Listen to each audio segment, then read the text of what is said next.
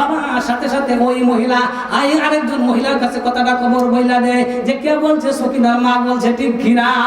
ও বন্ধু এইগুলি থেকে সাবধান হয়ে যাও। আগে নবী যার সম্মুখে অগ্রসর হইলেন, নবী যখন সম্মুখে অগ্রসর হইলেন নবীজি তাকায়া দেখেন রে কিছু মানুষ বাবা তার এই রূপগুলি তামার মতো বাবা নিজেকে আস্তে আস্তে চামড়া করে ছিলতেছে। নবী জিজ্ঞাসা করলেন তারা কারা? তারা হইল কি বদখুর।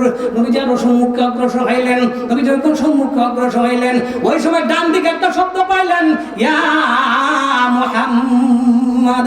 নবী আরো সম্মুখে অগ্রসর হইলেন, দেখা যায় বাম দিকে কে বলে রে ইয়া মুহাম্মদ। নবীজি বলেন জিবরাইল কে ডাকে?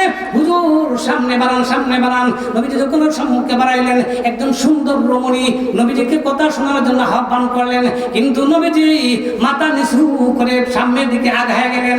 যখন আগায় গেলেন জিবরাইল বলতেন হুজুর ওই ডান দিকে যে লোকটা আপনাকে ইয়া মুহাম্মদ বলে ডাক দিল এটা হইল ইহুদি।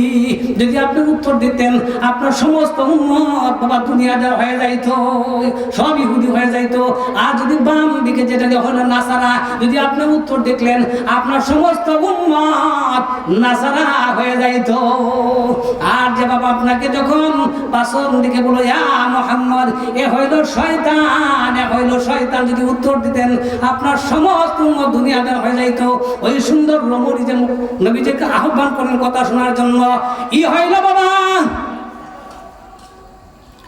দুনিয়া। যদি মানুষ নবী দিয়ে কথা শুনতো সমস্ত উম্মত দুনিয়াদার হয়ে যাইত।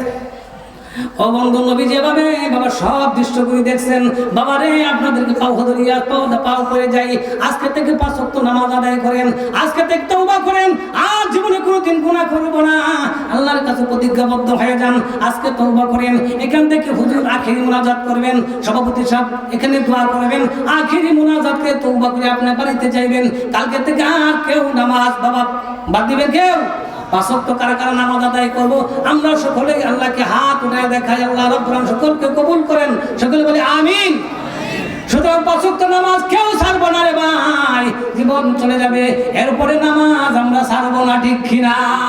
এ বন্ধু নামাজ কোনদিন ছাড়বেন না। আজকে তাকায় দেখেন বাবা কোথায় আছে, আজকে তাকায় দেখেন দাদা কোথায় আছে, আজকে দেখেন দাদি কোথায় আছে। আপনারাও তো বাবা বিবাহ করে এখন সন্তানগুলি আপনার বড় হয়ে গেছে, আপনি কিন্তু জীবন চলে যাইতেছে। বাবার একটু চিন্তা করার দরকার। ওই নবীজি মেরাজে সব দৃশ্যগুলি থেকে আসছেন, ঠিক কিনা? এভাবে নবীজি যখন বুরাকে চলিয়া যখন নবীজি যাইতেছিলেন, নবীজিকে যাইতেছিলেন নবীজি জিবরাইলকে বলতেছেন হ্যাঁ জিবরাইল এই যে তুমি আমার সাথে যাইতেছো তোমার পাকাগুলি যে বাড়ি দিতেছো, তোমার পাকাগুলি যে বাড়ি দিতেছো, তোমার এই সমস্ত পাকাগুলি কি তুমি সব সময় বাড়ি দাও? তখন জিবরাইল বলে না গো হুজুর আমি সব সময় এই পাকাগুলি আমি বাড়ি দেই নাই, কিন্তু আমি জীবনে 3 বার এই পাকাগুলি ব্যবহার করেছি। বুঝি বলেন কোন সময় তুমি বাবা পাকাগুলি ব্যবহার করেছো আমাকে একটু শোনাও না। তখন জিবরাইল বলতেছে হুজুর যখন হযরত ইউসুফ আলাইহিস সালাতু ওয়াস সালামকে যখন তার ভাইরা মিলে যখন কুয়ায় নিক্ষেপ করে দিয়েছিল ওই সময় আল্লাহ রাব্বুল আলামিন ঘোষণা করে দিল জিবরাইল কোথায় আছো তাড়াতাড়ি করে যাও আমার ইউসুফকে বাঁচাও। ওই সময় জিবরাইল ওই বাবা 600 নূরের পাকা ব্যবহার করে মুহূর্তের মধ্যে পৃথিবীতে চলে আসেন। পৃথিবীতে চলে আইসা ওই সময় তিনি কি করলেন ওই বাবা ইউসুফ আলাইহিস সালামকে একটা পাথরের উপরে বসায়া দিলেন। সুবহানাল্লাহ।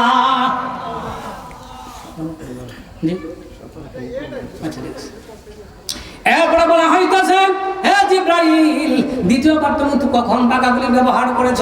দ্বিতীয়বার যখন পাকাগুলি ব্যবহার করেছি যখন আল্লাহ রাব্বুল আলামিন ঘোষণা দিয়েছেন আপনার প্রিয় বস্তুকে যখন কুরবানি দেখেন, যখন ইব্রাহিম সালাম তার ওই 9 বছরের সন্তানকে যখন মিনা নামক স্থানে যখন কুরবানি করে দিবে, ওই কুরবানি করার জন্য যখন ওই মিনা নামক স্থানে যখন নিয়ে যাইতেছিলেন সন্তান বলে 9 বছরের সন্তান মহব্বতের সন্তান, সন্তানকে আমাদের মহব্বতের সন্তানের চাইতে মহব্বত কি আর পৃথিবীতে কিছুই আছে? ওই 9 বছরের সন্তানকে ইব্রাহিম সালাম যখন হাতে করে নিয়ে যাইতেছেন সন্তান বলে বাবা রে আর কত দূর আমাকে নিয়ে যাইবা, কোথায় নিয়ে যাইবা? আল্লাহর পক্ষ থেকে ঘোষণা আসছে তোমাকে কুরবানি করার জন্য নিয়ে যাইতেছি। সন্তান বলেন অসুবিধা নাই আমাকে কুরবানি করুন। মিয়া নামাজটাকে নিয়ে গেল, সংক্ষিপ্ত ভাবে বলতেছি সময় সংক্ষিপ্ত। সুতরাং বাবা যখন ইব্রাহিম আলাইহিস সালাম মিনা নামক স্থানে সন্তানকে যখন নিয়ে গেল, আর সন্তানকে বলতো তোমাকে তো কুরবানি করার জন্য আসছি। ওই সন্তান বলে, 9 বছরের সন্তান বলে, আব্বা আমাকে যে কুরবানি করবেন, আমার হাতটা আপনি বাঁধবেন, পাটা বাঁধবেন। কেন পা বাঁধবো? যে আমি পা বাঁধবো, যে আপনি হাত বাঁধবেন কারণ হইল যখন আপনি আমার গলায় ছুরি চালা দিবেন, রক্ত যখন বাহির হইবে, হতে পারে আমার হাত পা নাড়াচাড়া করবো, হাত পা যখন নাড়াচাড়া করবো বেয়াদবি হয়ে যাইতে পারে, আপনার শরীরে হাত পা লেগে যাইতে পারে, অথবা রক্তের ছিটা আপনার শরীরে গায়ে যায় লাগতে পারে, বেয়াদবি হয়ে যাবেন। কাল কিয়ামতের ময়দানে আমরা আল্লাহর কাছে কি জবাব দিব? বাবা ইব্রাহিম সালাম কি করলেন? পকেট থেকে রশি বাহির করলেন, পকেট থেকে রশি বাহির করিয়া ওই 9 বছরের সন্তানকে হাতে বাঁধলেন, পায়ে বাঁধলেন।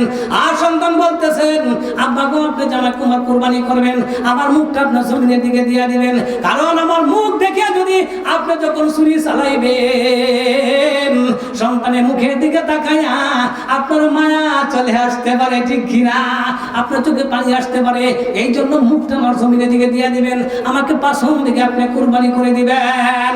দেখা যায় সন্তানকে এভাবেই করা হলো, জমিনের দিকে মুখ দেওয়া হলো।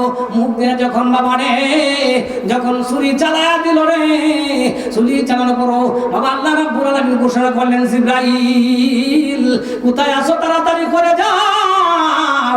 এই মুহূর্তে যদি বাবা ইসমাইল কুরবানি হয়ে যায়, আমার সমস্ত বান্দাদেরকে, নিজের সন্তানকে কুরবানির জন্য ফরজ করে দিব।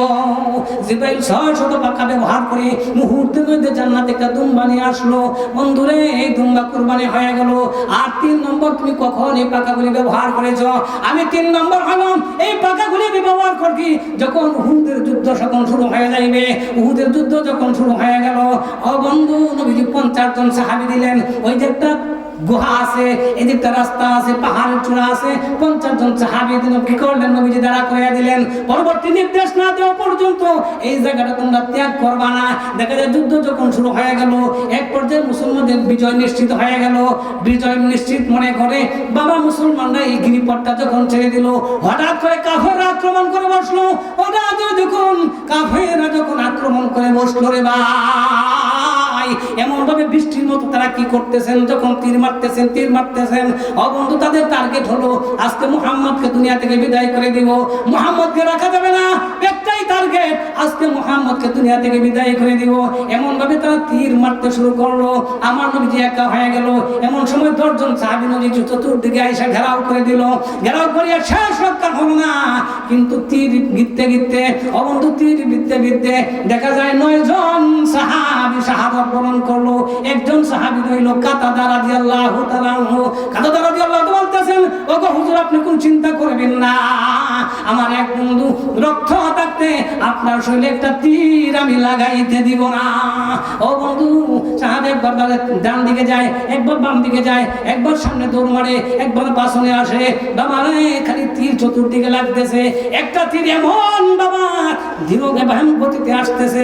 কাতাদা দৌড় মারলেন, সামনে দৌড় মারিয়া যখন বাবা গেলেন, এই বুকটা পাতিয়া যখন তীরগুলি নিলেন, নবীজি বললেন, এই কাতাদা তুমি কেন দৌড় মারলা?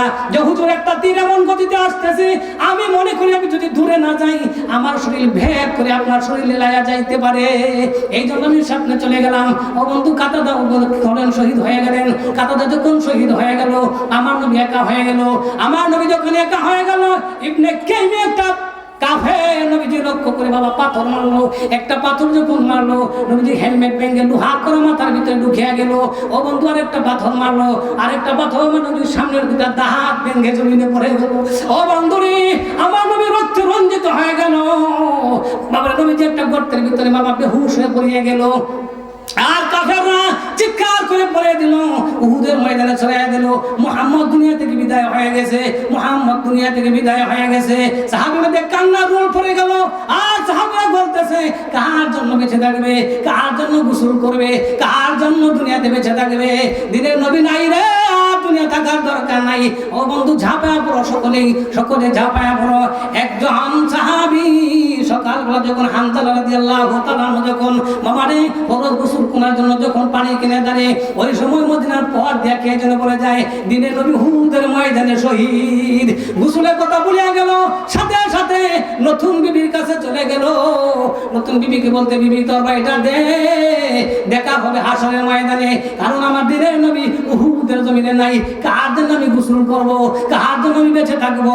সুতরাং দে তোর বাড়ি, বিবি দেখা হবে হাসরের ময়দানে। এভাবে তারা শহীদ হয়ে গেছে। ও বন্ধু, এই সময় আল্লাহ রাব্বুল আলামিন ঘোষণা করে দিলেন, জিবরাইল তাড়াতাড়ি করে যা, এই উহুদের ময়দানে আমার বন্ধুর রক্ত যদি স্পর্শ করে আমি সমস্ত খুন খানা সব ধ্বংস করে দেব। ওই সময় জিবরাইল বাবা কি করলেন, 600 নূরের পাকা ব্যবহার করে করে মুহূর্তের মধ্যে তিনি পৃথিবীতে আগমন করলেন। পৃথিবীতে আগমন করিয়া বাবারে নবীজির মুখের সামনে দিয়া এইভাবে কুদ্দুকে হাত তিনি ধরিয়া দিলেন। অবন্ধ নবীজি দেখা যায় রক্তে রঞ্জিত হয়ে গেল, দাড়িগুলি লাল হয়ে গেছে, জুব্বাগুলি লাল হয়ে গেছে। ও বন্ধু, সাহাবীদের কান্না শুরু হয়ে গেল। একজন সাহাবী মাথার করা মুখে কামড় দিয়া দাঁতটি ভাঙে গেল, লোহার করা বের করে নিয়ে আসলো। সুতরাং আসলে বাবা দুনিয়া থেকে বিদায় হতে